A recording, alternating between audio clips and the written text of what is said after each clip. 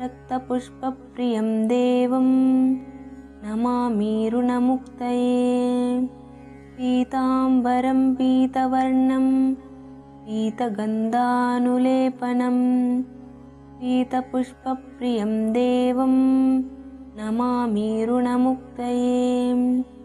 धूम्राम्बरं धूम्रवर्णं धूम्रगन्धानुलेपनं होमधूमप्रियं देवं नमामि ऋणमुक्तये।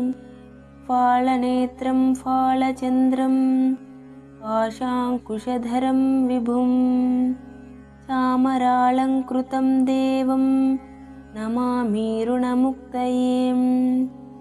इदं ऋणहरं स्तोत्रं सन्ध्यायां यः पठेन्नरः षण्मासाभ्यन्तरेणैव ऋणमुक्तो